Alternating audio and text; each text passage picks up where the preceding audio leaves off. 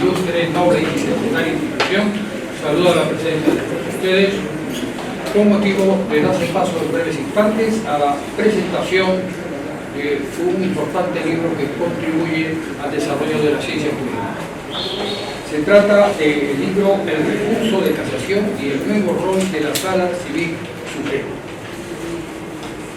Nos es grato en estos momentos saludar la presencia del señor doctor Hugo Cabero Ruiz. Aplausos para él, por favor.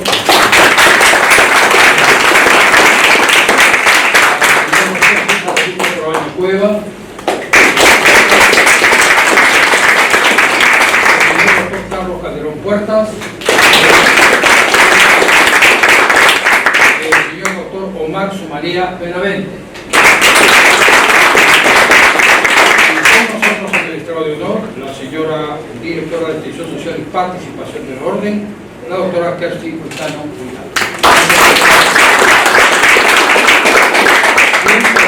Señoras y señores, no sin antes saludar también la presencia de un distinguido magistrado. El doctor Francisco Tábara se encuentra acá con nosotros, el presidente del Poder Judicial.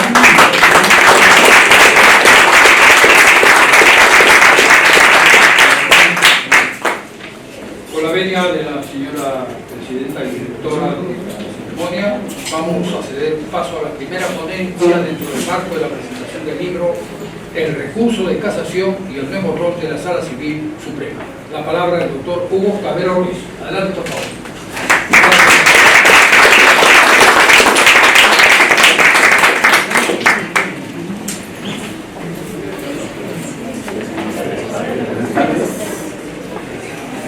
Agradecer a los organizadores del evento, a nuestro colegio de abogados de Lima, al doctor Omar Sumaría, al distinguido magistrado supremo que me acompañan en la mesa.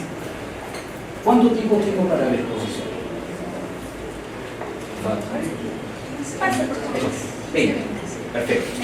Entonces voy a tratar de hablar no más de 20 minutos sobre aspectos centrales que tienen que ver con el tema materia del evento, es decir, sobre el recurso de casación y sobre la modificación última que se ha formulado de manera importante, ¿no? Porque ha habido una serie de modificaciones en el camino desde la vigencia del código hasta la fecha.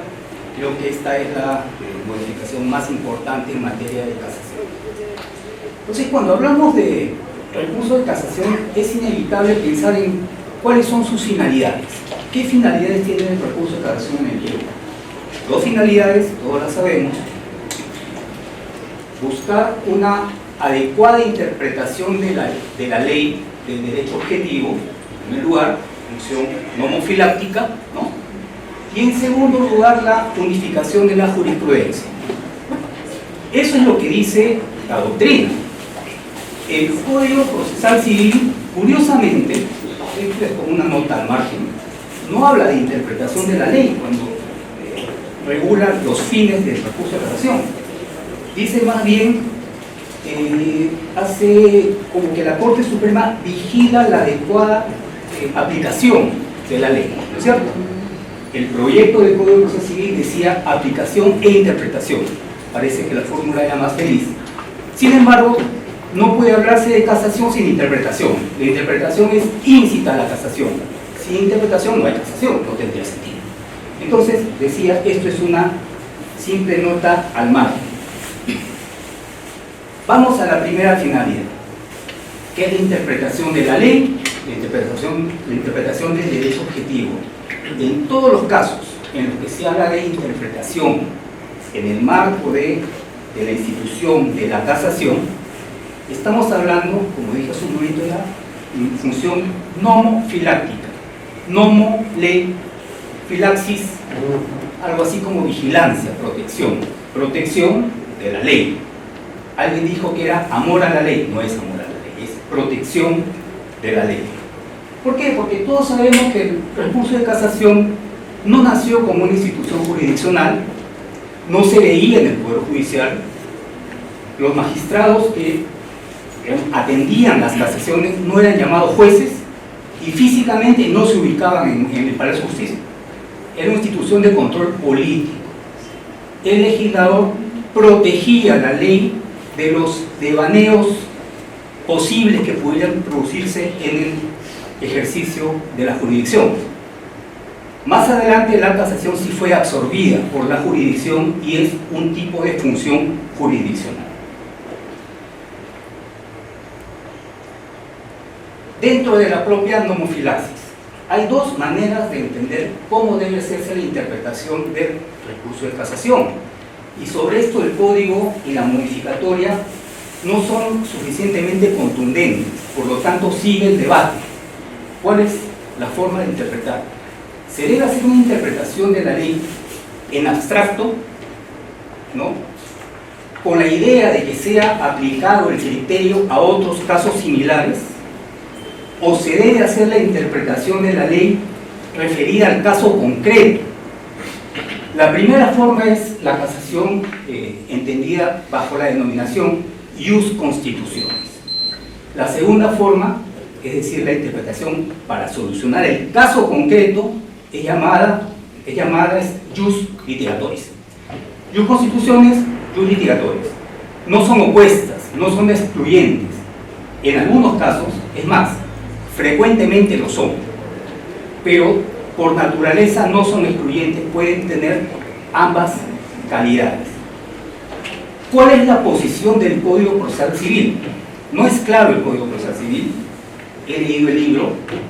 La mayoría considera que la interpretación de la ley debe hacerse bajo un criterio ius constitutionis, o sea, criterio abstracto y general. Una minoría, entre los cuales me encuentro, consideramos que la interpretación debe hacerse ius litigatoris. ¿Por qué? Varios motivos. En primer lugar, la casación, dice el código, tiene que dar una solución o una adecuada aplicación al caso concreto, ¿no? Cuando dice al caso concreto, yo me ubico en una posición de que esa casación tiene que solucionar ese caso.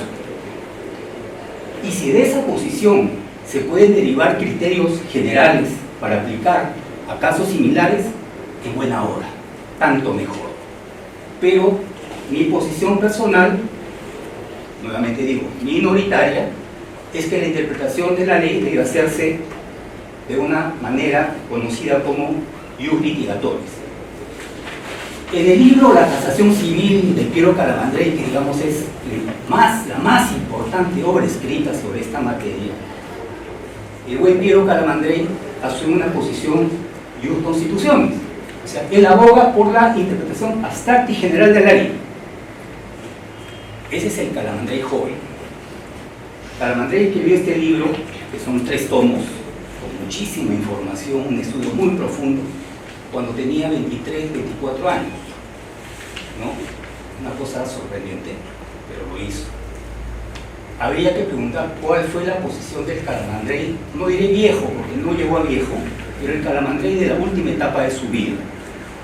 Calamandrei, cuando hablaba de la posición o de la interpretación de las constituciones, llegó a decir que era una especie de disecación del derecho, de inmovilidad del derecho, y que eso era, digamos, producto de una propensión a la interpretación de las constituciones. Entre líneas se lee que Calamandrei, del final de la vida, este ensayo lo escribió un año antes de morir, un año y un poquito más antes de morir. Calamandrei hablaba de, más bien, buscar la solución del caso concreto, ¿sí? Entonces, dos visiones, ambas visiones válidas, hay que optar. Mi opción ya la he mencionado, ius litigatoris. Si puede de ahí extraerse criterios generales, mejor, tanto mejor. ¿Qué nos lleva a esto? Nos lleva esto a una función adicional del recurso de casación que no está en el Código Procesal Civil, pero que en opinión de muchos es una función que también es íncita a la casación. ¿Cuál es? La función diquelógica, diquelogía, justicia. Justicia el caso concreto. Entonces el juez de casación no es el juez que ve solamente qué es el contrato, cuando hay incumplimiento, qué se entiende por precario, qué se entiende por nulidad. Yo pienso que el juez de casación no puede dejar de lado, porque es juez, el valor de la justicia. Y esto tiene diferentes formas de manifestarse. Por ejemplo, somos abogados, todos hemos interpuesto alguna vez una casación, sabemos que hay causales que son de fondo y otras causales que no son de fondo, sino son de forma, entre comillas. Cuando yo sustento una causal de fondo, pretendo que la Corte Suprema actúe como instancia, case la sentencia y actúe como instancia y se pronuncie sobre el fondo. Casare. Incasare en italiano es encajar. Que encaje el caso al derecho objetivo y se pronuncie sobre el fondo. En este supuesto, cuando actúa como instancia, es evidente que tiene que tener presente el valor de la justicia, la diquelogía. Me dirán, sí pues, pero cuando la Corte Suprema actúa como instancia, eso ya no es casación. La casación tiene solamente el efecto de rescindir la sentencia impugnada, y lo que hace la Corte Suprema después ya es otra cosa. Entonces la diquelogía no pertenece a la casación. Puede ser, puede ser. Hay más argumentos para sustentar que la diquelogía debe estar incluida también en el recurso de casación. El artículo 138 de la Constitución, artículo 143 de la Constitución, ¿qué dice? Que el Poder Judicial administra justicia a nombre, o dice en nombre de la nación, a través de los órganos jurisdiccionales. ¿Cuáles son los órganos jurisdiccionales? Menciona la Corte Suprema, las salas superiores, etc. Entonces, por mandato constitucional, la Corte Suprema tiene que administrar justicia. No puede dejar de administrar justicia. No puede limitarse a una visión aséptica de las cosas y decir, bueno, lo que pase abajo no me interesa, yo voy a definir qué es el contrato de compraventa. No lo puede hacer. Entonces, vemos que hay una identificación entre la interpretación ius litigatoris y el valor de la diquelogía. No son lo mismo, son conceptos implicantes, pero diferentes. Un argumento más sobre por qué considero que la función diquelógica es exigible en casación. Si vemos cuáles son las causales para interponer un recurso de casación, vamos a apreciar que la mayoría de ellos constituyen agravios a derechos subjetivos, ¿no? Se interpretó indebidamente la norma, lo que me ocasiona un perjuicio que consiste en tal cosa. Por lo tanto, no se puede sostener que la diquelogía es ajena a la casación, porque hay agravio a mi derecho. Otra cosa más, la casación no se interpone de oficio, la tiene que interponer alguien, el interesado. ¿Y el interesado qué busca? Busca que haya unificación de la jurisprudencia, que se defina qué es el contrato de compraventa, o busca justicia para su caso. Busca justicia para su caso. Entonces, en tanto la casación, la carga de la casación pese sobre la cabeza de la parte, no puede dejarse de lado el valor de la justicia. Nuevamente digo, este es un argumento que la doctrina, digamos, discute. Los teóricos de la casación generalmente le hacen frente, ¿sí? Pero creo que valdría la pena, por lo menos, repensar el asunto, ¿no? Y probablemente llegar a una sabia conclusión. Recapitulando: función nomofiláctica, ius constitutionis, ius litigatoris. Me parece que la posición nuestra debería ser la de ius litigatoris, de acuerdo a la Constitución, de acuerdo a la naturaleza de nuestra casación, pero además hay una situación adicional que nos lleva a colocar el ius constitutionis en otra institución, porque la modificación hecha recientemente ha cambiado el texto del artículo 112 de la Ley Orgánica del Poder Judicial. Como bien apunta el doctor Calderón en el libro, en su ensayo, acá el legislador se equivocó porque era el 116 y el 112. ¿Cuál es el motivo? Es que esa norma, que está en el texto original de la Ley Orgánica del 112, en el texto único ordenado pasó a ser 116. De manera que acá hay algo que evidencia que el tratamiento de la modificación no ha sido lo serio que hubiera sido, que era esperable. ¿Qué dice esta modificación? Algo muy importante. Dice que las salas especializadas de la Corte Suprema pueden aprobar en abstracto ciertos criterios interpretativos. Ojo, no estoy hablando de resolver casaciones, estoy hablando de una función diferente en donde la Corte Suprema, sin caso concreto, puede establecer criterios de interpretación. ¿Sí? Es algo diferente. Ahí está el jus constitucional puro, porque no se necesita caso. Simplemente en base a los precedentes, a la jurisprudencia, establece criterios que son vinculantes, tanto como una ley. Tanto como una ley. Y esto es, como se le podría llamar, jus constituciones puro y duro. Por lo tanto, un argumento más para sostener que la casación no debe ser considerada como absolutamente jus constituciones, porque ya hay una institución diferente. ¿Cómo se llama esa institución? No tiene nombre. ¿Qué precedente hay en el derecho nacional? Ninguno. ¿Qué precedente hay en el derecho internacional? Hay un caso muy parecido en Brasil, que se llama, una institución que se llama la súmula vinculante. Es más o menos lo mismo. La Corte Suprema se reúne y en base a criterios adoptados por las salas establece normas de interpretación, sin caso concreto. Desarrolla una actividad activa, no es reactiva como cuando el juez pronuncia una sentencia, es no casatoria, no es jurisdiccional, porque no está dirimiendo ningún conflicto de intereses, es extraprocesal, porque no necesita de proceso alguno, y además es no resolutiva, porque no está decidiendo ningún caso. Esto se parece mucho a la función legislativa. Tanto así, que para que la súmula vinculante brasileña pudiera desplegarse en toda su magnitud, hubo que cambiar la Constitución. Si ustedes ven el artículo 103A de la Constitución brasileña, van a apreciar que esta institución ha sido incorporada al texto constitucional. Porque claro, si yo puedo interpretar una ley a través de un instrumento que tiene fuerza vinculante como una ley, en realidad estoy legislando. Tanto así que existen las leyes interpretativas. Es casi eso. ¿Es admisible una institución de esta naturaleza en el sistema constitucional peruano? Ahí van a haber problemas.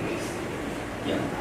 Porque el judicial está adquiriendo ciertas funciones legislativas. Digo, nuevamente, Brasil tuvo que modificar su constitución para que no haya ningún problema.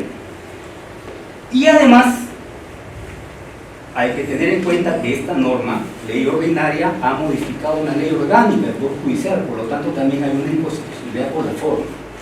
Tenemos una aparente inconstitucionalidad por el fondo y una, creo que nada aparente, sino más bien certera, inconstitucionalidad por la forma. Esto va a dar que hablar, vamos a ver qué pasa. Es deseable que haya una solución ideal que beneficie a la comunidad, porque de eso se trata, ¿no? De que el justiciable tenga mejores instrumentos para defender su derecho, que el que tenga el derecho lo pueda ganar en juicio. Y cuando digo juicio, estoy hablando como hablaba Carmeluti, no está mal decir juicio. Decir proceso, bueno, está bien, pero mejor es juicio. Todos sabemos que es un juicio. Si yo escucho proceso, no sé muy bien de qué se trata. Todo es un proceso en la vida, todo es proceso. Bueno, un comentario también al margen que me van a disculpar. La otra novedad importante que trae la modificación es el famoso doble conforme. ¿Qué significa doble conforme? Que cuando primera instancia y segunda instancia fallan en el mismo sentido, ya no hay lugar a casación. Si yo interpongo casación en esa circunstancia, va a ser declarada improcedente, ¿no? Ahora es doble conforme, y si hay doble conforme, se acabó. Cosa juzgada, finito, en principio. Porque vamos a ver que hay casación excepcional también. ¿Y qué es esto del doble conforme? ¿De dónde viene el doble conforme? Es una institución bastante antigua, viene del siglo XVIII, medio del siglo XVIII, un Papa Benedicto, creo que fue Benedicto XIV, establece que en los procesos canónicos tiene que haber dos sentencias iguales para que se produzca la cosa juzgada. ¿Cuál es el interés del Papa? Que haya una mejor justicia. El doble conforme, tengamos presente dos cosas. Fue pensado para el recurso de apelación, no para la casación. Y en segundo lugar, fue pensado para una mejor justicia, no para decirle a alguien, hasta acá llegaste. ¿Hay doble conforme en el Perú desde antes de esta situación? Sí. Las elevaciones de los expedientes en consulta, por ejemplo, son eso. Se busca el doble conforme. En algún tipo de procesos el Estado considera que para que haya una mejor justicia, las sentencias, aunque no hubieran sido apeladas, tienen que ser elevadas al superior. Y si el superior aprueba, se produce la cosa juzgada. Doble conforme. O sea, no es nuevo el doble conforme. Pero vean ustedes que está vinculado siempre a la impugnación total, no a la impugnación calificada como la casación. El doble conforme que se ha establecido en la modificación, con el cual, lo digo abiertamente, también minoritario, no estoy de acuerdo, tiene un sentido diferente, no busca mejor justicia, busca limitar el acceso a la Corte Suprema. ¿Por qué? No, es que hay muchos expedientes en la Corte Suprema, tengo dos magistrados supremos presentes.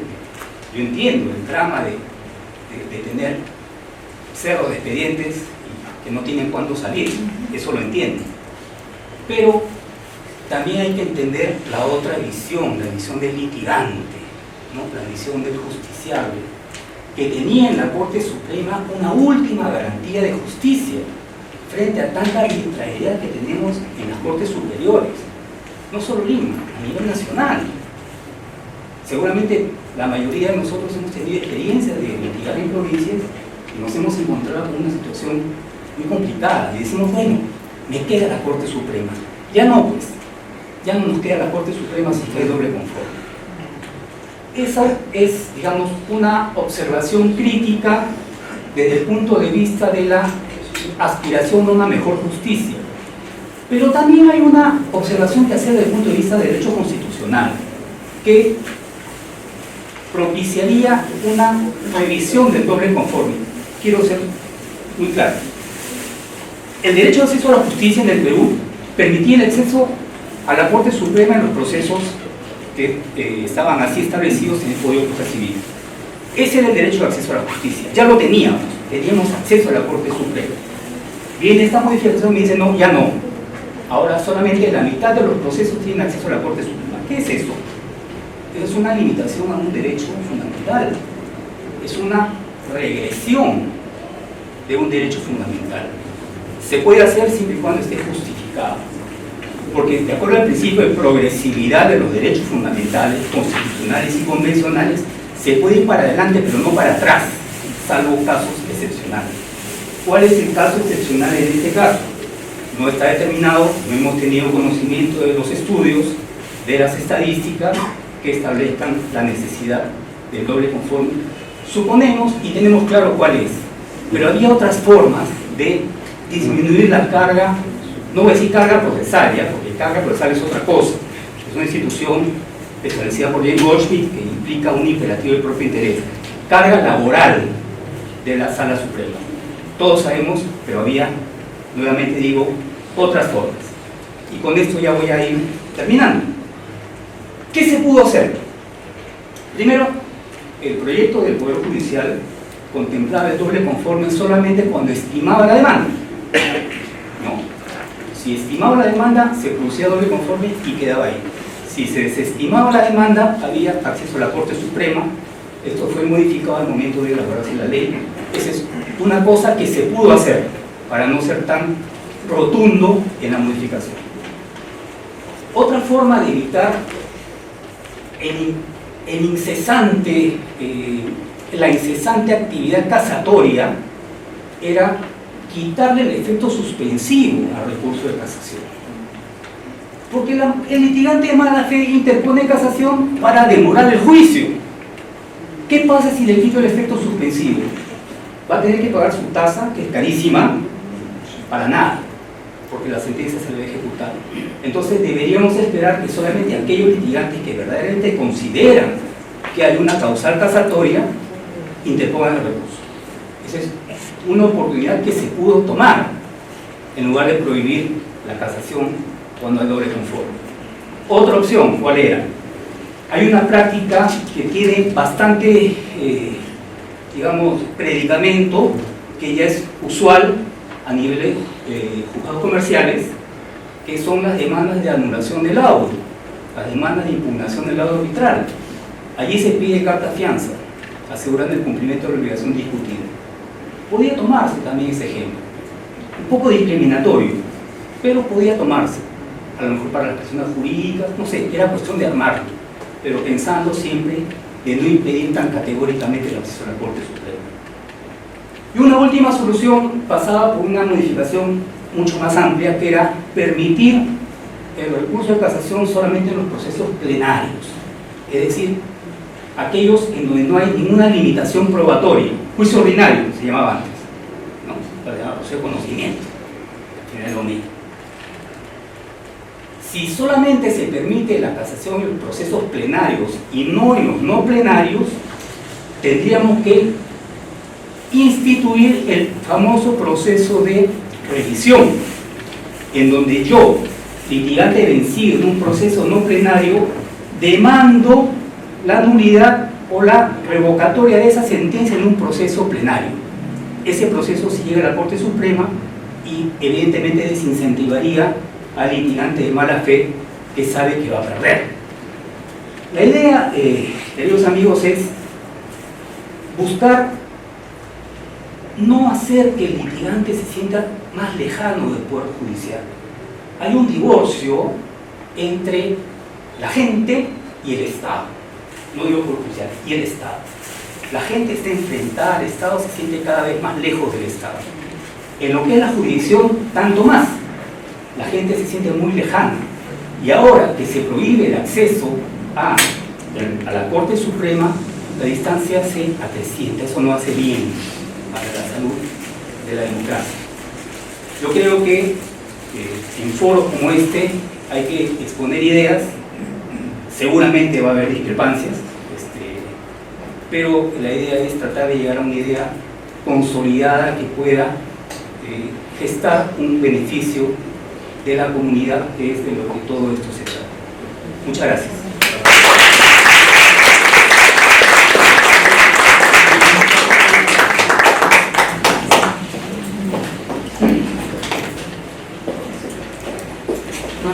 Gracias, doctor Hugo Cabero Ruiz, por la ponencia del día de hoy.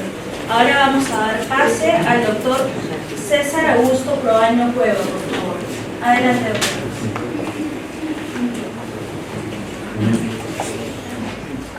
Muchas gracias, buenas tardes. Un agradecimiento al Colegio de Abogados, a los organizadores de la presentación de este libro, los miembros de la mesa. Buenas tardes, al doctor Tábara, presidente del Poder Judicial, gran amigo, además al señor juez supremo, el doctor Ricardo Corrales, que nos acompaña, a los señores abogados y señoras abogadas, muy buenas tardes. Es una disertación para la presentación de un libro.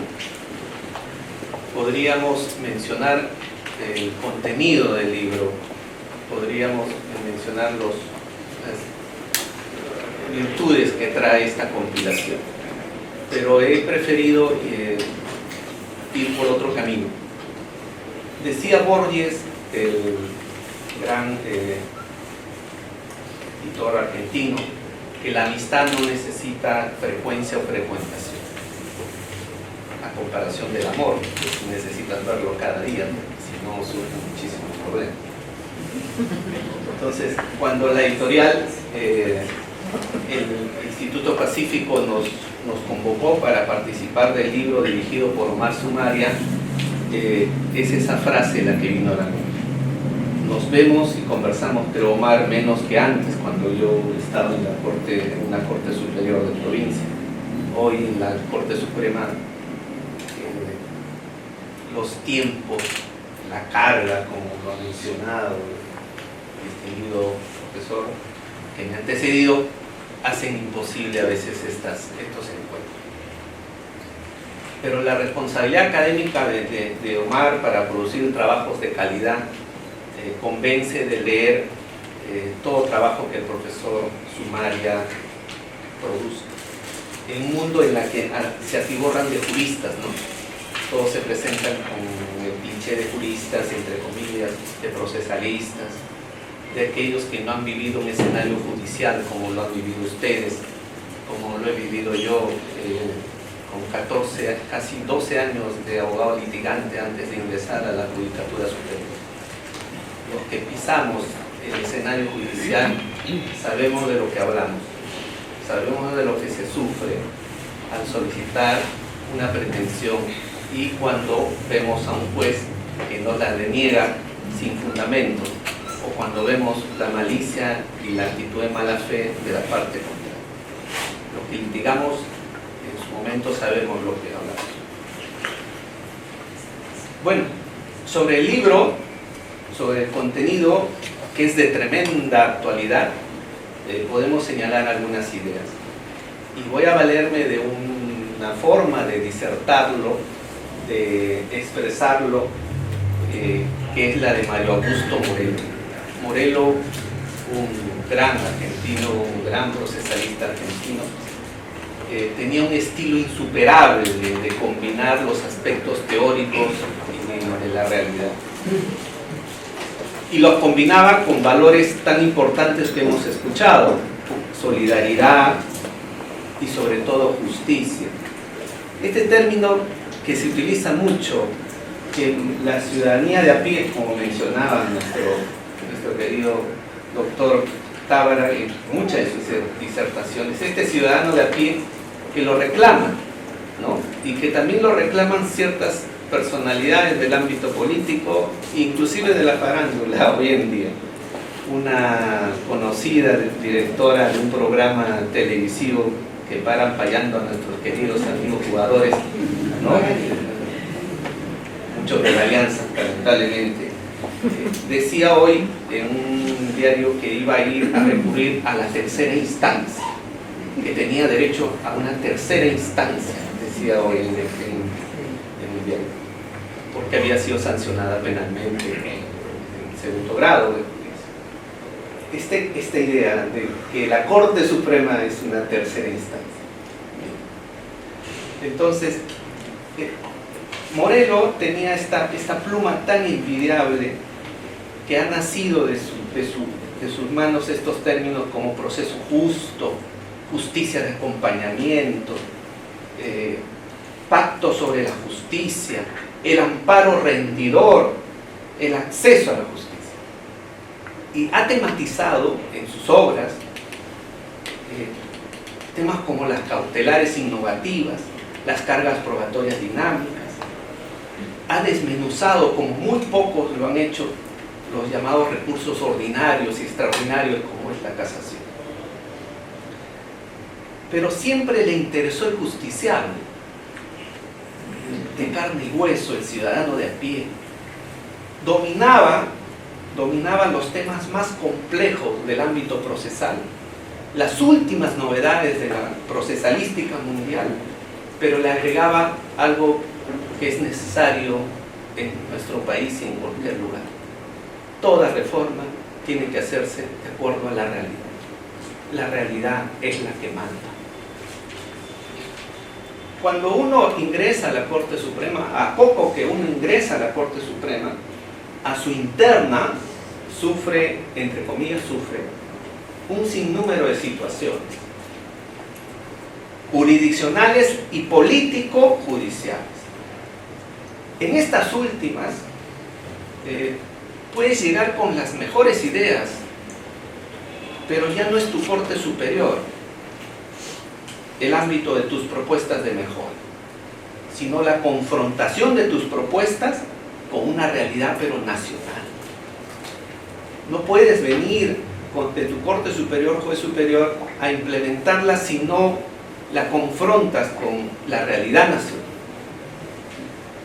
A veces en ese trabajo luchas con un esquema a veces burocrático en el interno del Poder Judicial, a veces muy formalista, a veces ilusorio, porque puedes plantearla y para que se tomen acuerdos se necesita del conjunto de los señores y señoras jueces o del aparato administrativo, digamos así, o de gobierno como es el Consejo Ejecutivo.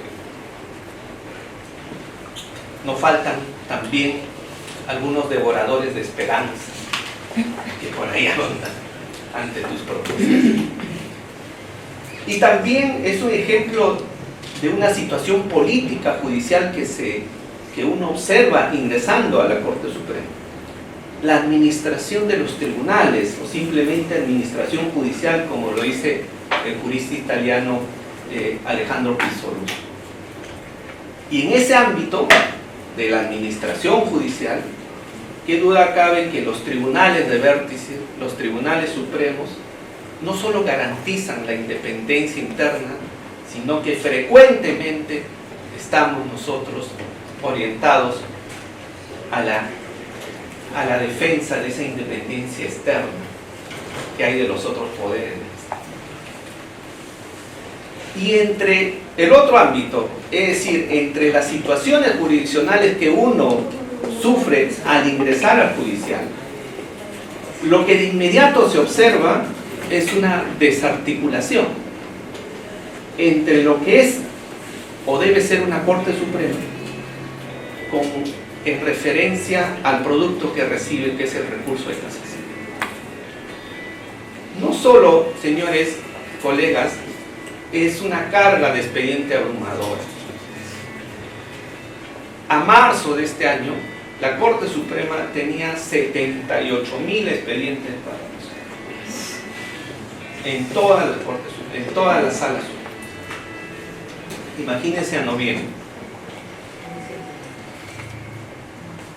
Una data que se está trabajando recientemente ubica a los temas de violencia familiar en el aspecto no penal como la materia de mayor carga en las 35 cortes.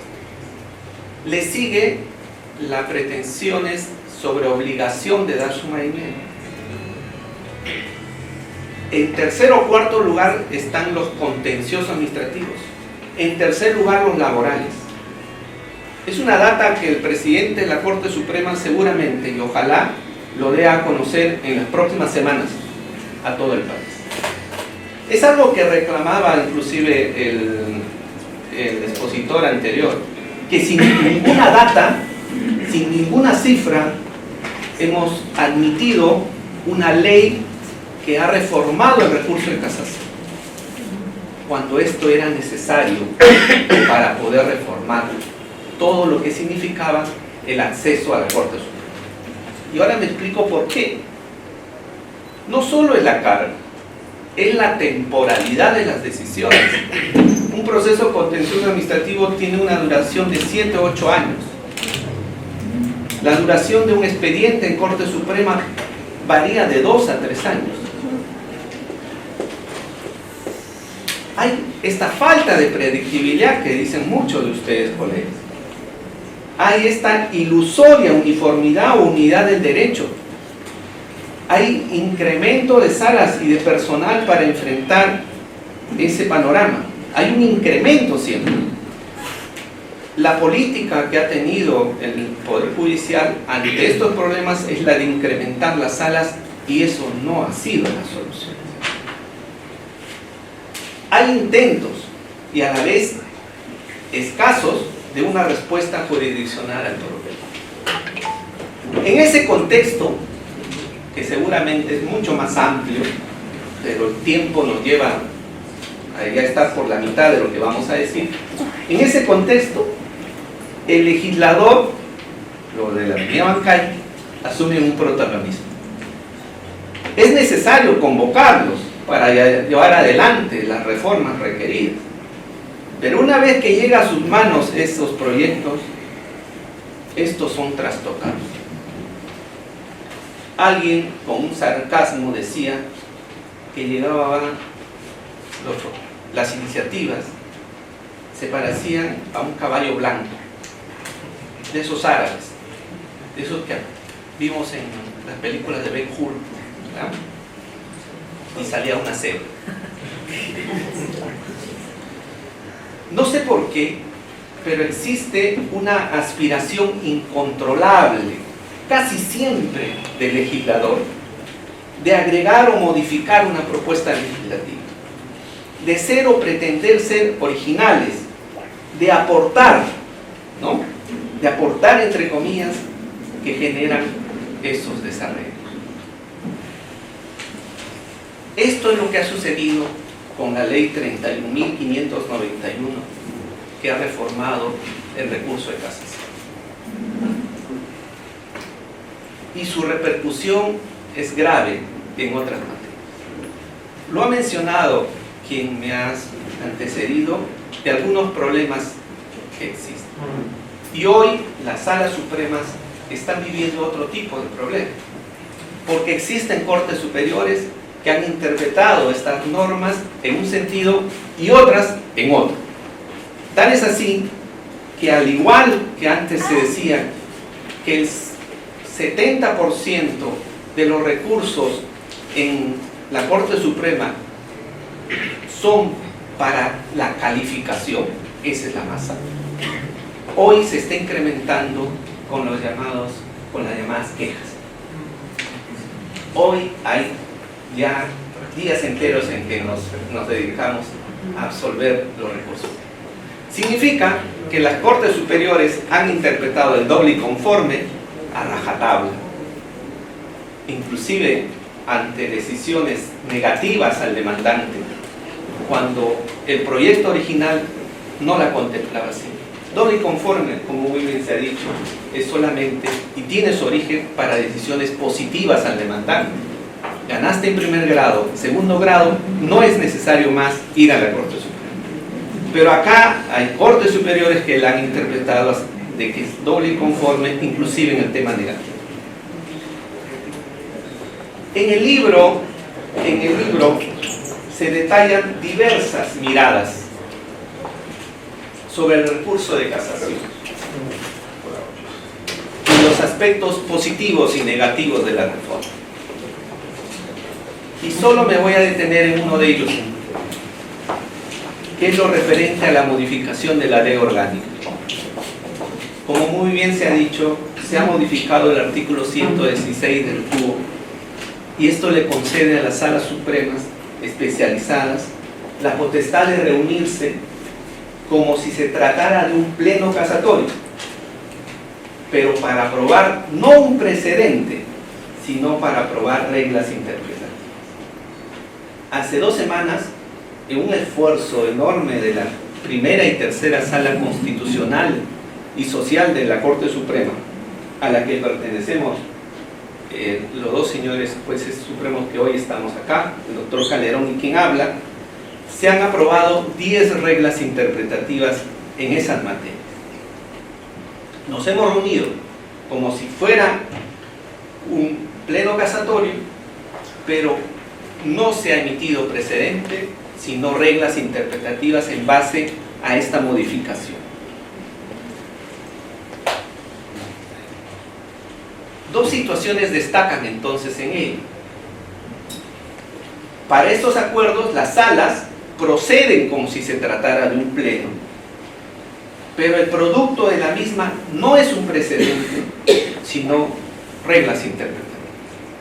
Nos reunimos no en base a un caso, sino para conciliar interpretaciones respecto a una materia. Pues por ahí alguien dirá, ¿está usted también en contrariedad al mismo? En contrariedad a la naturaleza de cómo ha surgido esta modificación. Sí, porque estamos en un foro académico. Y al foro académico hay que responderle cuál es la naturaleza jurídica de estas reglas interpretativas. Al foro tenemos que responderle y decirle desde la judicatura que estamos llevándola adelante y que esta sería un ensayo de la naturaleza jurídica de las reglas. Para eso, como nos han enseñado, vamos a recurrir primero a lo que quiso decir el legislador. O sea, nos remitimos a las actas, ¿no?, de discusión que ha habido en el Congreso sobre este tema. Participó el distinguido doctor, participaron otros ilustres juristas.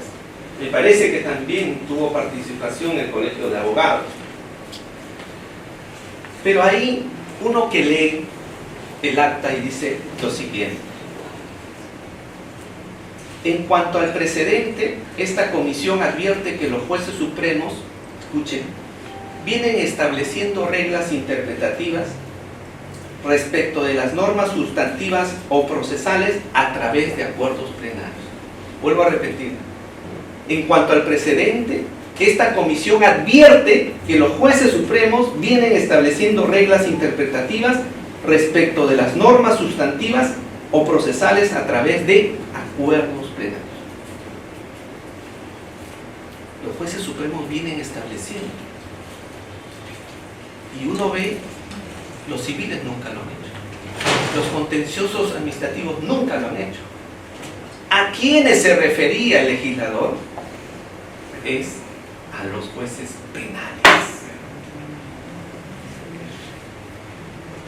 No soy del ámbito penal, pero en el ámbito penal ha existido una crítica fuerte sobre los acuerdos plenarios que ha llevado a cabo la Sala Suprema, porque lo han dicho, comparando el sistema del precedente originario.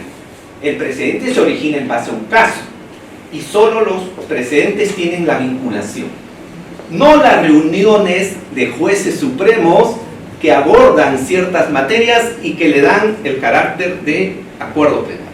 No esas, sino las que nacen a partir de un caso en concreto y que origina un precedente. Pues esa ha sido la crítica que el foro ha hecho a los acuerdos plenarios penales.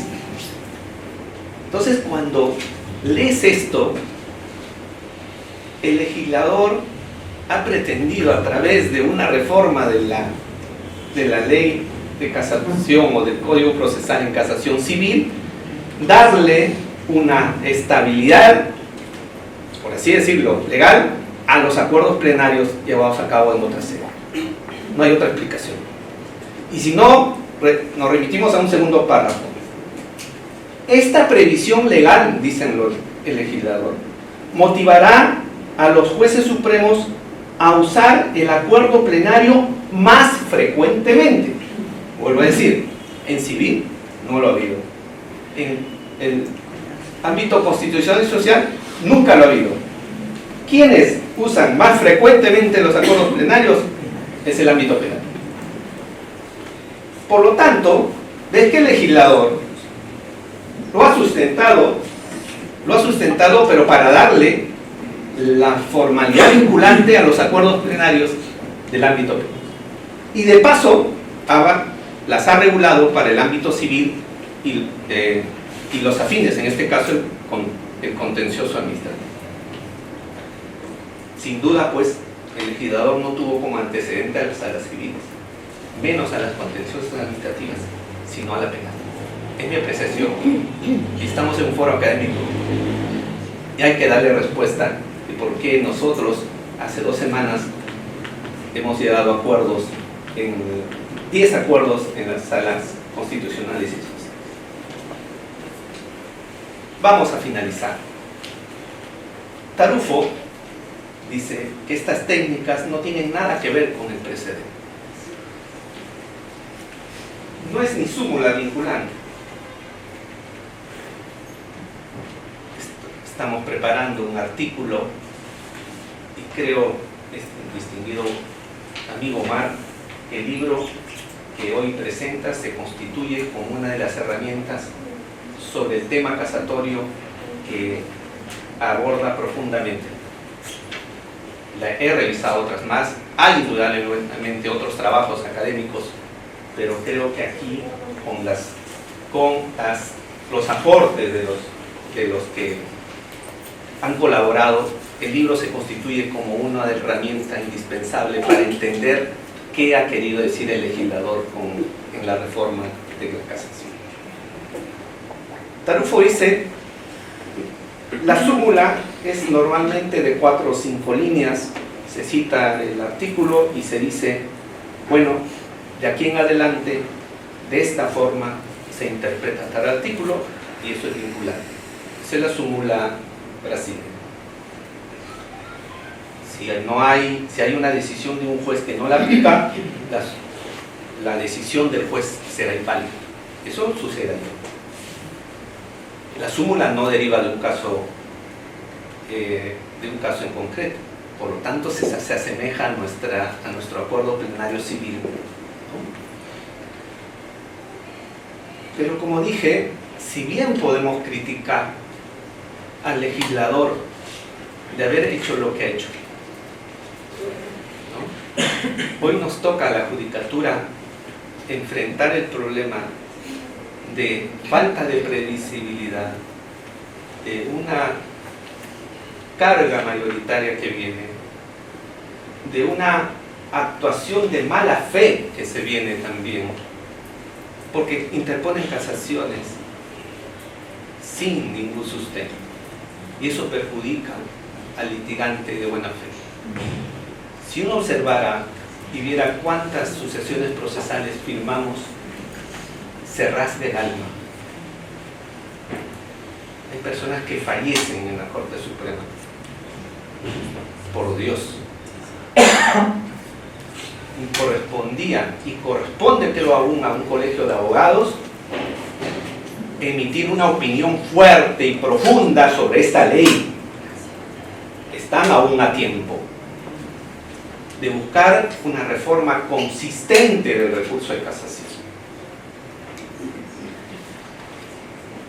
Por lo tanto, de las lecturas que se han hecho, podemos anticipar algo, tal vez sea materia de otro libro, que las reglas interpretativas no se asemejan a la súmula brasileña. No. Es una técnica procesal para uniformizar la jurisprudencia.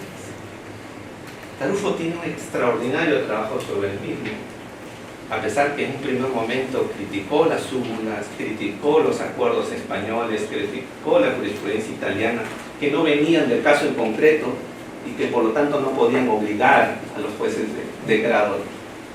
Pero a favor de esto que hemos hecho en la Corte Suprema, puedo decir que sí vienen de casos concretos. ¿Cómo así? Estos 10 acuerdos a los que hemos llevado vienen de recursos de casación. Vienen de cientos de recursos de casación, colegas, en la que desde hace 5 o 6 años la primera y la tercera sala constitucional y social resuelven de la misma manera. ¿Qué más podemos decir? Provienen, por lo tanto, aunque sea indirectamente, de casos concretos.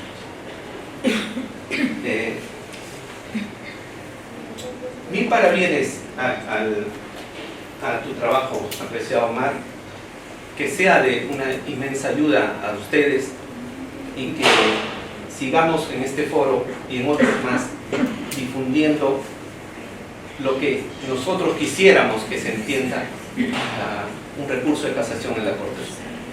No somos, quiero dejar sentado eso, indolentes a lo que hay. Es fuertísimo, ni se imaginan. Solo 26.000 casos son las que en promedio tienen ambas salas. Y ahí están profesoras, enfermeras, técnicos que necesitan de una Corte Suprema que genere perspectivas. Gracias. Muchas gracias.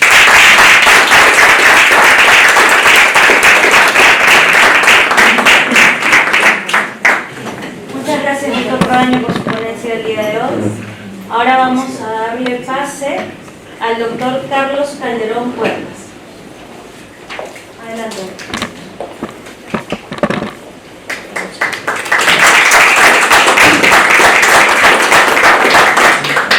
Primero, gracias a la anfitriona, que es un nombre del colegio de abogados, gracias por el anfitrión, Omar, por habernos permitido participar en el libro, a los que están el día de hoy, al doctor Francisco Tábara, que ha sido presidente de la sala, que la doctora de muy buen grado en la sala en la sala civil permanente, a Ricardo Corrales, que integra también la sala que yo integro actualmente. Y por supuesto ustedes que están aquí. Yo venía preparado para decir unas cosas, pero acá se han dicho tantas cosas que de verdad hasta me han cambiado todas las ideas. Pero, ¿saben qué pasa con ese libro? Ese libro recoge una serie de comentarios diversos. Esto es, casi para parafrasear a Mariátegui, esta norma de la que estamos hablando es pura creación heroica. Es decir, estamos en este momento dándole un sentido, un vigor a esa norma, y por eso hay ideas bastante disímiles. Yo parto, por lo tanto, no sobre lo que iba a decir aquí, sino sobre algo de lo que se ha hablado. Las normas jurídicas entrañan una realidad social. Esta norma jurídica de la casación es una norma de trasplante. Uno tiene un devenir histórico. La jus constitutionis jus litigatoris en el derecho romano, la querela nullitatis en el derecho estatutario italiano y la creación del propio tribunal casatorio en la Francia revolucionaria. De ahí, de ese signo histórico, surge la casación, de acuerdo a las vicisitudes que la sociedad en ese momento le estaba dando. ¿Cómo llega al Perú? Llega al Perú, es propia confesión del doctor Mauro Galvez, llega al Perú para ver si lográbamos hacer jurisprudencia unificada y si servía para encauzar más o menos el trabajo de la Corte Suprema. Y eso le vale la crítica a Juan Monroy por parte de Eugenio Ariano, que dice que la casación llegó entonces, entre comillas pongo, a título de prueba. Pero así llega al Perú. ¿Y qué pasa con nuestro país? Nuestro país es un país de desconfianza en el siglo XIX como en el XX y probablemente como en el XXI. Ojalá que ya no en el XXI.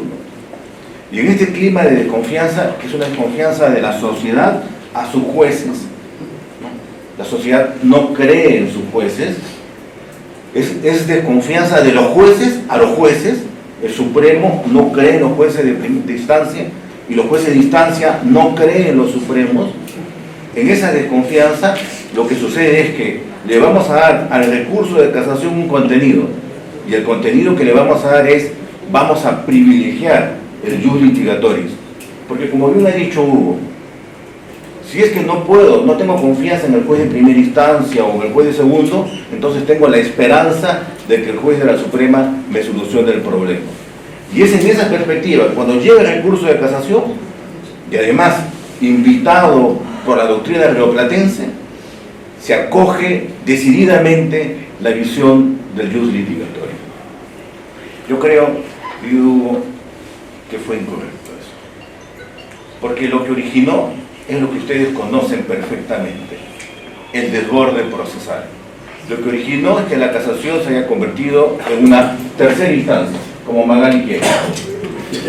Lo que originó es de que haya 7.000 expedientes hoy en la sala civil transitoria y de que solamente se puede resolver 1.000. Y lo que originó es que haya 13.000 expedientes en la tercera sala constitucional y social transitoria y 13.000 en la primera y que no se pueda resolver. Lo que originó es que nosotros, los jueces supremos, emitamos decisiones hoy día diciendo fundado y de pronto dentro de 3 años, 3 meses, de pronto 15 días diciendo todo lo contrario. Hay hasta un libro escrito sobre eso que publicó Motivenza que se llama 35 fallos discordantes de la Corte Suprema, donde decimos la letra A un día y al otro día decimos la letra Z. Lo que originó es que no haya predictibilidad, es decir, que ninguno de ustedes, ni nosotros, sepamos cómo va a resolver la Corte. Lo que originó es, por ejemplo, que la primera sala civil tenga un concepto sobre las pensiones de FONAPU, pero la tercera sala constitucional tenga otro concepto. De modo que si ustedes presentan una demanda, jueguen para que llegue a la primera sala constitucional, porque si llega a la tercera sala constitucional les va a salir mal su pretensión. Eso es lo que pasa en la Corte Suprema. Un trasplante jurídico y esto ha llegado a la Corte Suprema y esto es lo que está pasando. ¿Y cómo solucionamos todos estos problemas? Como hay tantos expedientes, creamos nuevas salas. Entonces, Había una sala constitucional permanente, creamos la primera sala constitucional y social transitoria. Como no nos bastó la primera sala, creamos la segunda sala constitucional y social transitoria. Como no bastó la segunda, creamos la tercera sala constitucional social transitoria. No acabo. Como no quedó la tercera todavía suficiente, la cuarta sala constitucional y social transitoria. ¿Acabo? No. Como no pudimos con la cuarta, la quinta sala constitucional y social transitoria. Es decir, ante la enfermedad, lo que nosotros hicimos fue crear órganos jurisdiccionales. ¿Estábamos acabando con la enfermedad? No. Eso es como darle una pastilla para que baje la fiebre, pero la fiebre no baja porque la fiebre es un síntoma, la enfermedad es otra cosa. ¿Cómo acabar con la enfermedad? Y por supuesto, con el síntoma que acarrea la enfermedad. Yo creo que es preguntándonos, antes de cualquier cambio sobre el recurso de casación, pero haciéndonos la pregunta básica, esencial: ¿cuál es la misión de la Corte Suprema? ¿Qué queremos con la Corte Suprema? Queremos que la Corte Suprema se trabaje como un tribunal superior, mirando hacia el pasado, resolviendo los hechos del pasado, haciendo historia del pasado, o queremos que la Corte Suprema trabaje hacia el futuro, dictando precedentes, dictando reglas que los demás puedan entender, para hacerlo más sencillo. ¿Queremos que la Corte Suprema resuelva 10.000 casos al año o que la Corte Suprema resuelva un caso que sirva para 10.000 personas? ¿Queremos que las salas de la Corte Suprema emitan sentencias que de verdad el abogado los tome con cariño y diga qué bien elaborada esta sentencia de la Corte Suprema y qué grandes directivas y reglas fluyen de esto? ¿O queremos que las sentencias de la Corte Suprema sean hechas a destajo? Porque no hay tiempo, porque hay que acabar con el proceso, porque hay que poner lo más elemental, porque no se puede desarrollar ideas, no hay posibilidad de reflexión porque nos gana el día a día. ¿Qué nos interesa como Corte Suprema? Y ahí discrepo con Hugo. El interés privado, sin duda, el jus litigatoris es importante, porque el jus litigatoris promueve el recurso de casación, pero ya en la Corte Suprema lo que importa es el interés colectivo, la formación de reglas, de precedentes que dé seguridad y estabilidad. No hay país, no hay institución, acá estoy plagiándome a Douglas North, un Nobel de Economía, que decía: las instituciones son simplemente reglas de juego. Cuando no hay reglas de juego claras, las instituciones se pervierten. En el Perú actual, la casación no tiene reglas claras. Hemos pervertido la institución y hay una necesidad de mejorarla. Número uno. Número dos. Segunda pregunta esencial. Por lo menos yo respondí a esta pregunta. Es posible que no todos estén de acuerdo conmigo. Ahora voy a una segunda pregunta. ¿Cuál es el papel del juez supremo? Miren ustedes, cuando se diseñó, me dicen cuando me falte 5 minutos, ¿ya? O 3 mejor. Está bien. Miren, cuando se diseñó el recurso de casación, en la Francia revolucionaria, el recurso ya estaba, ya había una demanda en casación en el siglo XVII. En la Francia revolucionaria se dijo: ¿va a subsistir el recurso de casación o no? ¿Podemos confiar en esos jueces a quienes en este momento estamos derrocando porque el nuevo poder de la burguesía se está imponiendo al sistema feudal? Entonces hubo un debate. En 1790, en los días en que se iba a promulgar la ley de casación en Francia, hubo un debate y se dijo: ¿saben qué? La casación es un mal, pero es un mal necesario. Y después se dijo: creemos el tribunal casatorio, pero ese tribunal casatorio es un tribunal que tiene solamente una función: ser el centinela de la ley, el guardián de la ley, el cuidador de la ley. Y por eso, acá lo había puesto, Robespierre señala que un tribunal, lo peligroso es que haya jurisprudencia, porque si hay ley, no puede haber jurisprudencia. Y el mismo Robespierre decía: en un Estado que tiene una constitución y una legislación, la jurisprudencia de los tribunales no puede existir, es muy peligrosa. Ese juez, entonces surgido de la Revolución Francesa, es un juez absolutamente legalista. Y su función es la función de controlar objetivamente lo que el legislador ha dicho. Y ahí creo que hay un gran problema. Lo dejo ahí pendiente porque voy a otro tipo de juez. Ya no el del Estado liberal, sino el del Estado social y democrático de derecho, que no quiere ser mero comparsa del legislador, sino que acompaña al legislador en la interpretación de la ley. Un juez que ya no es legalista, sino que apunta a desentrañar los misterios de la ley o a escribirle un significado a la ley mirando los altos valores y principios constitucionales. Es decir, el juez actual, el juez de paz, el juez supremo, lo mismo da. No puede ser un juez legal para decir una cosa que la ley señala. La reinterpreta, la dota de savia, la dota de sangre, le da vida.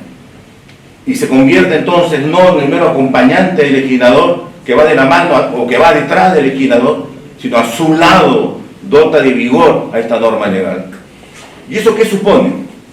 Que uno toma y agarra su Código Procesal Civil y encuentra que los fines de la casación, en realidad funciones de la casación, es el control objetivo de la ley en el caso concreto.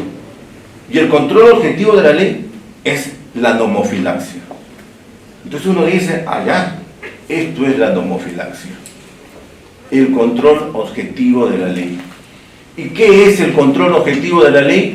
Regresar al siglo pasado. Es decir, que el juez siga convirtiéndose en vigía y en cuidador de lo que quiso decir el legislador. Toda ley tiene un sentido. Lo único que nos corresponde a nosotros, los jueces, es encontrar el sentido que le quiso dotar el legislador. Nada más. Y lo que yo digo, pero no lo digo porque lo pensé yo, lo digo porque en mis pesquisas descubrí a Michele Tarufo diciendo, oye, esa concepción de la nomofilaxia es vertical, autoritaria y fascista. Ese control objetivo de la ley no responde a los criterios del Estado moderno. La única nomofilaxia, y además contradice lo que se entiende hoy por interpretación legal. Para cualquiera que haya tomado el libro de Ricardo Guastini que publicó Palestra, Disposición versus Norma. Disposición es lo que hace el legislador, es lo que nos entrega el legislador. Esta 31.591 es la disposición. ¿Cuál es la norma? Lo que nosotros vamos a sacar en la interpretación. Eso es la norma. Por lo tanto, cuando se habla de control objetivo de la ley, sin cambiar nada, lo entiendo perfectamente, nomofilaxia como función, pero no en la visión del siglo XIX, en la visión de Calamandrei, sino como dice un libro que ha salido hace un par de años, 100 años después de Calamandrei, con una nomofilaxia que signifique que se va a interpretar el significado, que se le va a dar, se va a escribir un significado a la norma legal. Entonces, respondido, ¿cuál es la misión de la Corte Suprema? ¿Y cuál es el papel del juez? Tenemos entonces el tercer punto. ¿Qué queremos otra vez con la Corte Suprema? Mi impresión es que lo que debemos querer de la Corte Suprema es que sea una corte de precedentes. Es la única función. No que actúe. Daniel Mitidiero tiene un libro que se llama La misión de la Corte Suprema, y Daniel Mitidiero dice en ese escrito, no es un libro, son varios artículos. Daniel Mitidiero dice en ese escrito, hay dos modelos de Corte Suprema. Un modelo de Corte Suprema que se adscribe a trabajar como un tribunal superior. Y hay otro modelo de Corte Suprema distinto. Muy bien. Cuando uno trabaja como Corte Superior, ¿qué es lo que hace? Toma el expediente, revisa ya hasta la última página, se convierte otra vez en una especie de historiador de lo que le sucedió y entonces resuelve de esa manera. Y ahí privilegia el interés particular, el fin ideológico. Cuando se actúa como Corte Suprema, no me interesa tanto el interés particular. Sí, promovió el recurso de casación. Lo que me interesa es el futuro, el precedente. Si Ricardo y yo tenemos un problema de desalojo por precario, lo que se resuelva sobre si me desaloja o no me desaloja, solamente nos interesa a Ricardo y a mí, a nadie más. ¿Y eso es donde debería acabar? En los tribunales superiores. Todo el poder a los soviets. ¿Y quiénes son los soviets? son las Cortes Superiores. Si infringe algo, si infringe alguna norma constitucional, yo no creo. Porque el 139.6 de la Constitución habla que lo que en el Perú existe es pluralidad de instancias, juez especializado, sala superior. Y el artículo 11 de la Ley Orgánica del Poder Judicial lo que dice es de que todo termina con la sentencia de segunda instancia, salvo los casos en que la ley disponga lo contrario. Es decir, ni por la norma constitucional, ni por el texto único orgánico del Poder Judicial hay un derecho subjetivo a la casación. No lo hay, no lo hay. El derecho subjetivo acaba con la doble instancia, y ahí, empoderando a los tribunales superiores, es que la Corte va a comenzar a poder, Suprema va a poder comenzar a trabajar mucho mejor. Porque claro, uno podría decir, oye, pero esto parece discriminador. El 40%, 45% de los casos del Poder Judicial empiezan en los juzgados de paz. Esos no llegan, ni siquiera llegan al Tribunal Superior. No llegan a la Corte Suprema ni tampoco llegan a la Corte Superior. Se acaban en el juzgado especializado. ¿Alguien de nosotros ha dicho que eso es discriminador? ¿Qué es lo que debe llegar a la Corte Suprema? Lo verdaderamente trascendente. El 161 del Código Civil. Ineficacia de los actos del falso procurador. ¿Cuándo prescriben? Prescriben a los 2 años, prescriben a los 10 años, no prescriben nunca. La norma no lo dice. ¿A quién le interesa eso? A Ricardo, a mí y a todos. Porque tenemos que saber nosotros cómo vamos a solucionar ese problema cuando nos llegue. Desalojo por precario. ¿Un minuto acá? Desalojo por precario. Tenemos un problema. Somos familia. ¿Puedo desalojar un familiar? Eso nos interesa a todos, no solamente a él, sino a todos. Y después tenemos una serie de disposiciones que ha sacado la Corte, la 31.591, de las que no puedo hablar, salvo una cosa, el acuerdo plenario. Este acuerdo plenario del que ha hablado César no es el primer acuerdo plenario, es el segundo acuerdo plenario. Ya hubo un acuerdo plenario en el mes de marzo. Este es un segundo acuerdo plenario del mes de noviembre. Ese acuerdo plenario casi es, y bien lo ha dicho, una imitación de los acuerdos plenarios penales. Esos acuerdos plenarios penales son importantes por algo. Es que todo precedente puede llamarse vinculante. Si quieren pueden decir, este precedente está inscrito acá en mármol y nadie lo podrá sacar. Pero si no convence, ese precedente siempre cae. El precedente vinculante lo es, no solamente porque lo dice la ley, sino porque tiene una fuerza persuasiva. Los acuerdos plenarios penales fueron muy persuasivos por la tremenda influencia académica del doctor San Martín. En sede civil no hubo acuerdos plenarios, pero hubo precedentes vinculantes, y el primer pleno casatorio fue bajo la dirección del doctor Francisco Tábara. Y ese acuerdo plenario, además, del que estamos hablando, y con esto termino, ese acuerdo plenario, por si acaso, es regla interpretativa. Y esa regla interpretativa puede ser modificada con motivación calificada.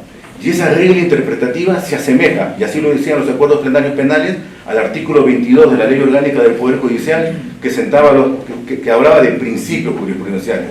Lo que sucede es que nuestras normas están muy dispersas. El 22 de la Ley Orgánica habla de principios jurisprudenciales, el 400 del Código Procesal de precedentes vinculantes, en la 31.591 se habla de criterios o doctrina jurisprudencial, y el 112 o 116 en realidad habla de acuerdos plenarios.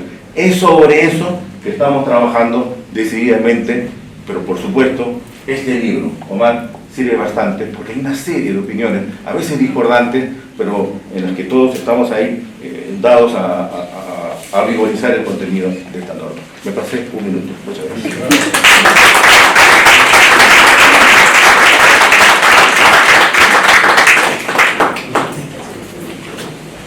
Gracias, doctor Carlos Calderón Puertas, por la ponencia del día de hoy. Ahora vamos a dar pase al doctor Omar Sumaria Benavente, director del libro El recurso de casación y el nuevo rol de la Sala Civil Suprema. Distinguidos miembros de la mesa de honor, doctor Calderón Puertas, doctor Cuevas, doctor Pedro Ruiz, colegas, exalumnos, Un saludo para el doctor Francisco Tábara, presidente de la Corte Suprema, doctor Carlos Corrales, juez de la Corte Suprema. Muy buenas noches. Cuando el doctor Tábara preguntó cuánto tiempo dispone, siempre me hace una anécdota. Dentro de un expositor le tocaba exponer al último y decía, ¿de cuánto tiempo dispongo? Y decían, usted puede hablar lo que quiera, pero en 5 minutos todos nos vamos. Entonces, como soy el último, no quiero quedarme solo, para que sea lo más breve posible.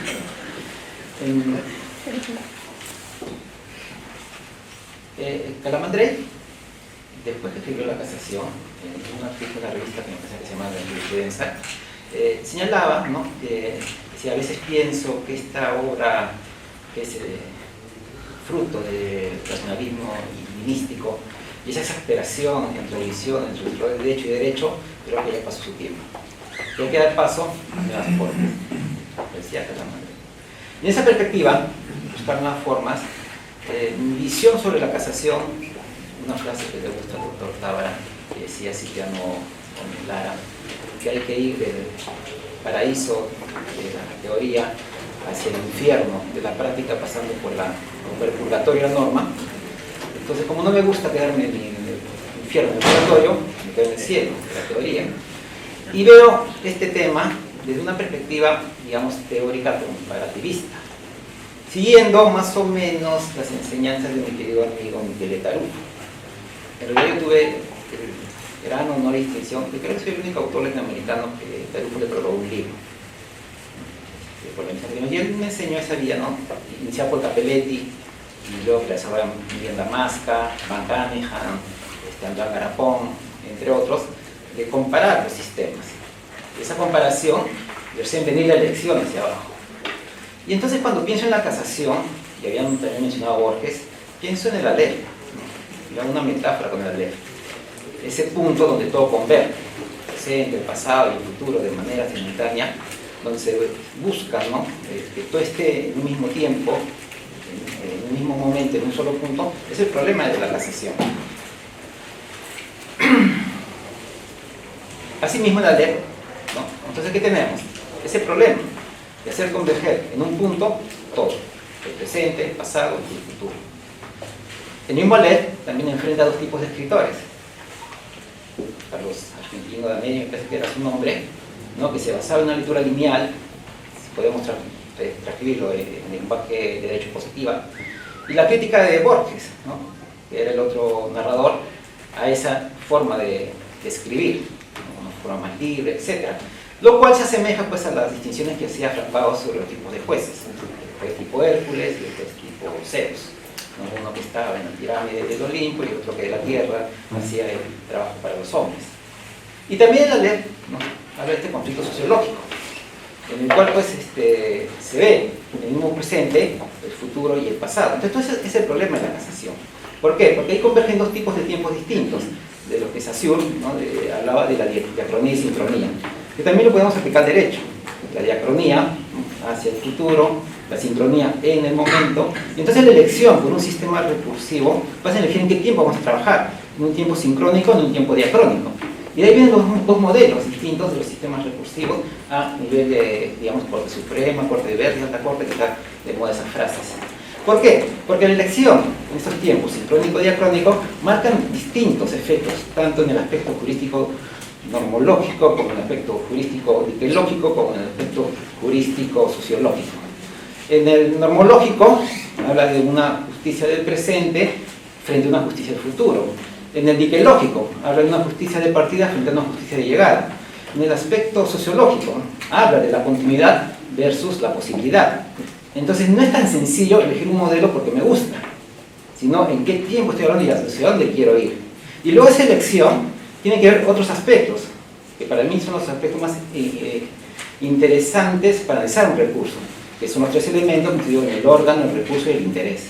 El órgano que marca las relaciones de poder entre esta institución que va a dirigir el recurso que comprende el trámite, donde podemos, pues, hablar de si tiene doble conforme, si se restringe la admisibilidad u otras cosas, y el tema de interés, que para mí es más interesante, ¿no?, el que marca la profundidad de los efectos de las decisiones de este órgano a través de este recurso, si es por una individualidad, una clase o por una generalidad, que va a tener relación directa con si es una corte de precedentes o si es una corte de casación.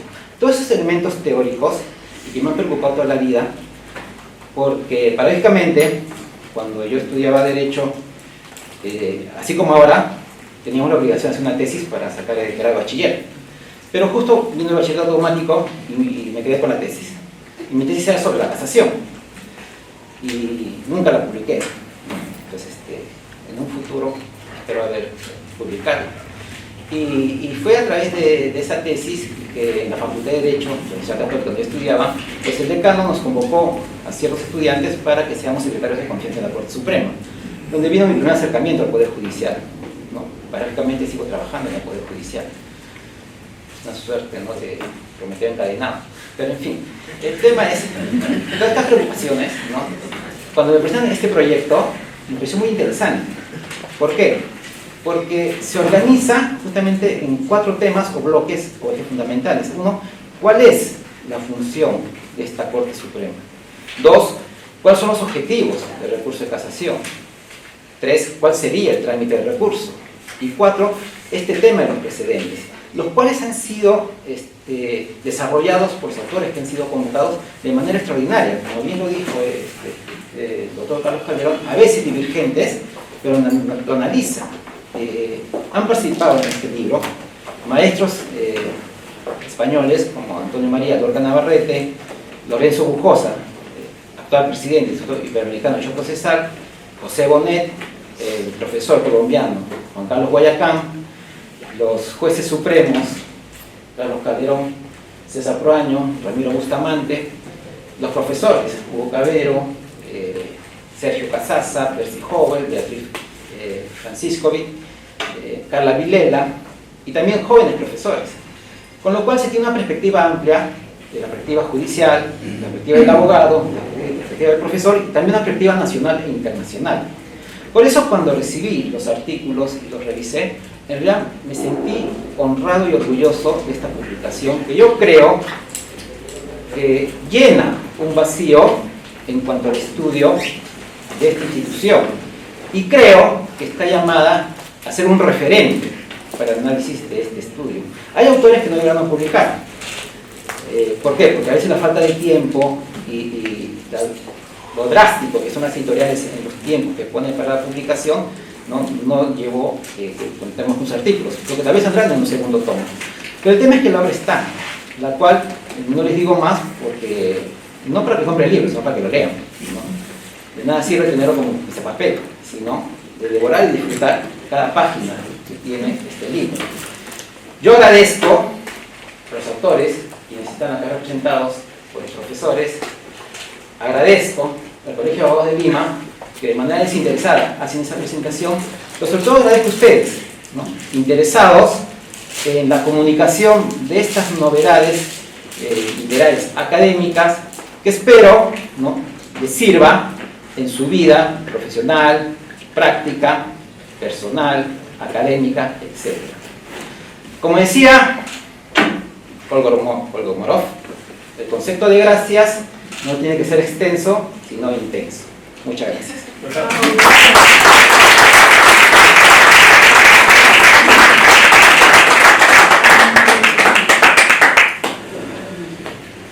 Gracias, doctor Omar Sumario Benavente, por la ponencia del día de hoy. Ahora vamos a dar pase a la doctora Kerstin Boitano, directora de Extensión Social y Participación, para que pueda brindarnos sus palabras finales. Doctora Boitano.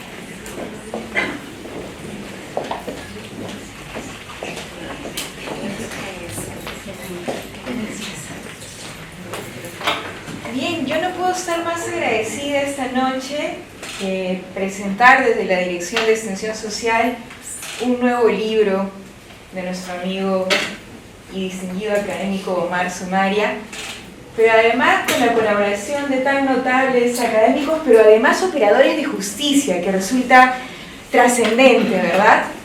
Hablando de un tema como la casación, que como bien lo refirieron, data de tiempos remotos, en sus orígenes como un órgano político para luego convertirse en una herramienta jurídica a la que hay que prestarle atención por la trascendencia, porque digamos que resulta siendo un recurso que nos obliga, especialmente a los operadores de justicia,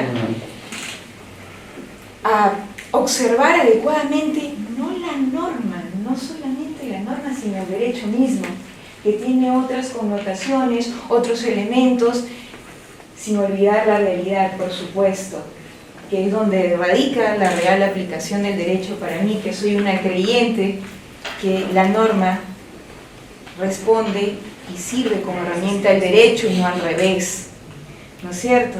Entonces, prestarle importante atención a obras como esta y un llamado a de alguna manera leerlo además, porque nos sirve a todos nosotros que de alguna manera somos herramientas de derecho y de esa ansiada justicia que perseguimos como sociedad y podemos ser reales agentes de cambio, sobre todo desde nuestras posiciones como abogados, ¿no es cierto? En ese sentido, no me queda más que mostrar nuevamente mi agradecimiento y además a todo el público presente.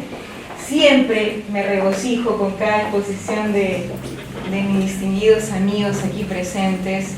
No puedo estar más que complacida.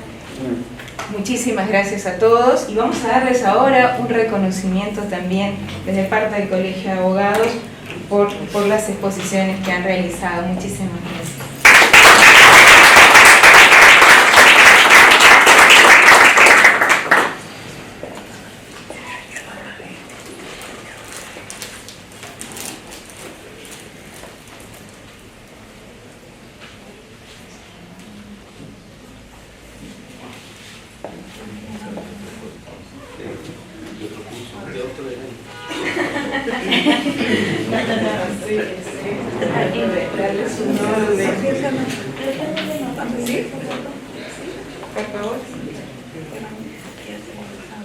La doctora Boitano va a iniciar el reconocimiento de los distinguidos ponentes de la mesa de honor, dándole el reconocimiento al doctor Hugo Cabero Ruiz.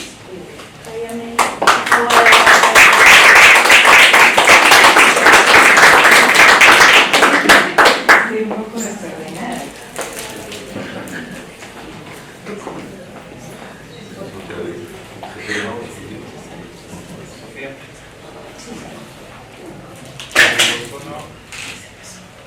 Una más, por favor.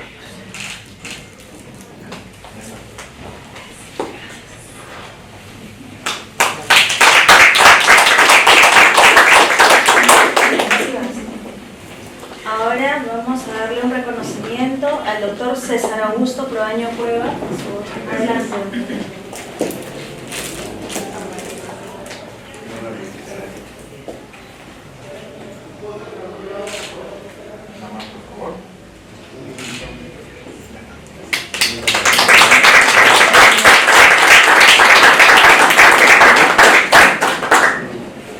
Vamos a pedir que pase adelante el doctor Carlos Calderón Puerta para poder brindarle el reconocimiento especial desde la Dirección de Servicios Sociales.